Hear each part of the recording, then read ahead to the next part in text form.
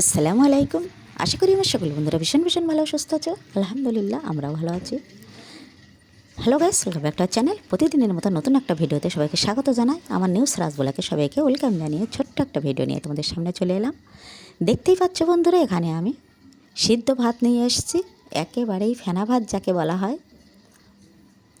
এখানে আমি আলু সিদ্ধ দিয়েছি, আর কাঁচা লঙ্কা, আর বেগুন ভর্তা, রসুন ভর্তা, আর ছোট ছোট যে চুই ঝালগুলো হয় আমার জায়ের গাছ থেকে নেওয়া, সেই ঝালগুলো আমি সিদ্ধ দিয়েছি।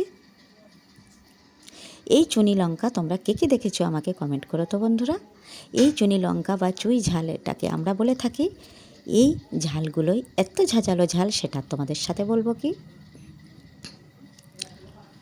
এমনি তো আমি আকাশ লঙ্কা বা বুলেট লঙ্কা এগুলোই সিদ্ধ বানিয়ে থাকি, কিন্তু আজকে হঠাৎই মনে হলো যে চুই লঙ্কাগুলো আমি দিয়ে দেখি তো কেমন হয়। যেমনি কথা তেমনি কাজ, সেটাই দিয়ে দিলাম।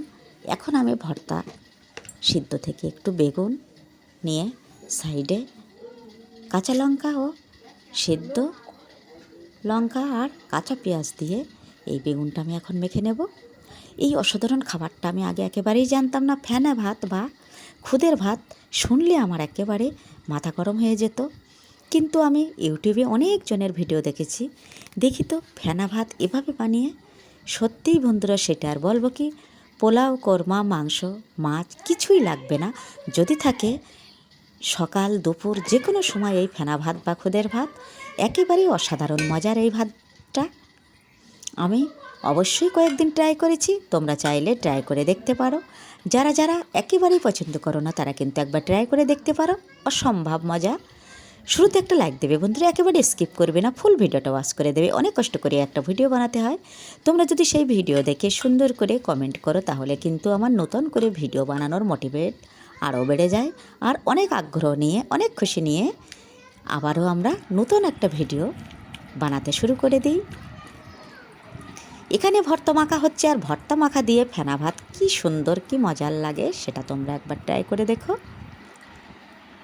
তারপরে একেবারেই ফেনা ভাত নিয়ে তোমাদের সামনে ভর্তা মাখিয়ে খাওয়া শুরু করে দিলাম। তারপরে এখন কিন্তু আমরা রান্নাবান্নায় যাব। চলো বন্ধুরা, আজকে তাহলে দেখতে থাকো আর সাথে থাকো। রসুন ভর্তা লাইফে প্রথম এবছরই খেলাম, এত এত মজার হয় সেটা তোমাদের সাথে বলবো কি বন্ধুরা।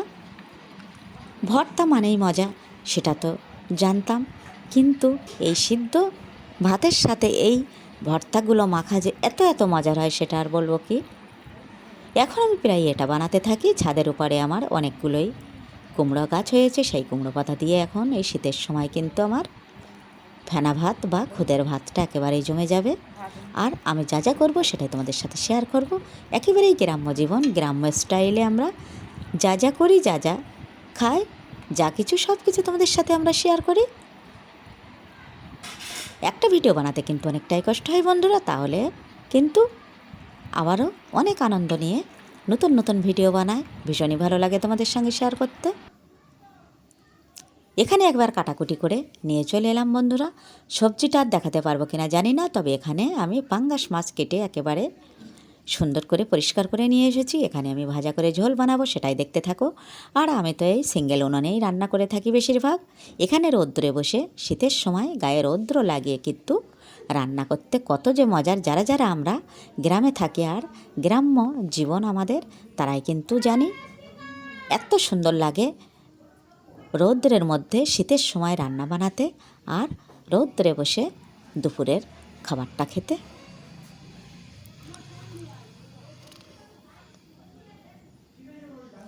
মাটির উনানে কাঠের জালে রান্নার স্বাদটা খুব দুর্দান্ত হয়, আর সেজন্যই কিন্তু আমরা গ্রামে যারা থাকি তারা কিন্তু এগুলো খুব ভালোই বুঝতে পারি, খেতে পারি, বলতেও পারি। আর তোমরা যারা শহরে থাকো তারা কিন্তু একেবারেই এগুলো থেকে অনেকটাই দূরে।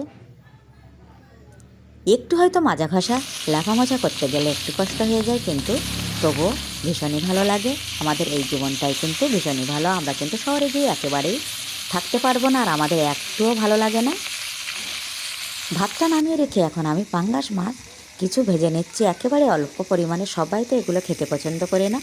2 ছেলে ভীষণই ফেভারিট, ছেলের বাবা ভীষণ খেতে পছন্দ করে। এজন্য পাঙ্গাস মাছগুলো আমি ভাজা করে ঝোল বানিয়ে নেব। এই পাঙ্গাস মাছ কিন্তু একেবারেই মেলে না।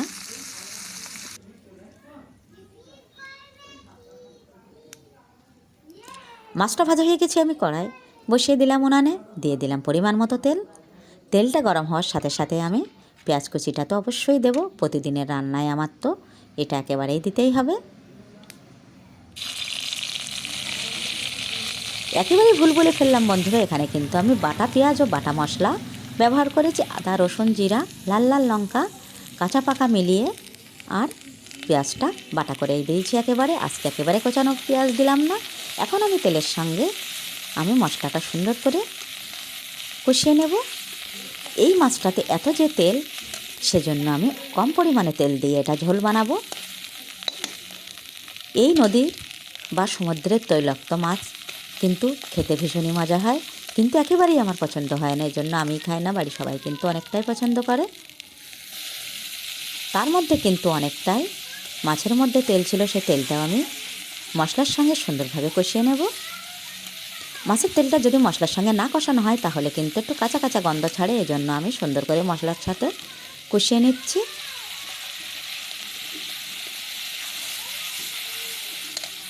দেখতেই পাচ্ছ বন্ধুরা, আরও কিন্তু অনেকটাই তেল ছিল, সবগুলোই আমি দিয়ে দিলাম। সাথে আমি একটু লবণ অ্যাড করে দিলাম।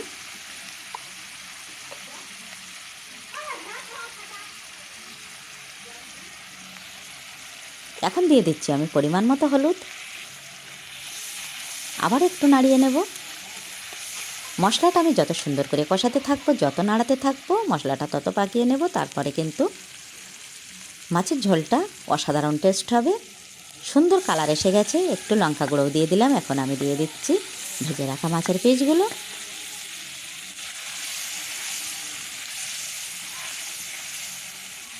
মাছের পিসগুলো দিয়ে মশলার সঙ্গে আমি একটু নাড়িয়ে নেব। তারপরে আমি পানি অ্যাড করব।